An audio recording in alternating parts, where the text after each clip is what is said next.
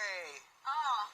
Good morning, guys. Oh. At kumakain kami ngayon ng taho. Nakain pa lang. Nakain.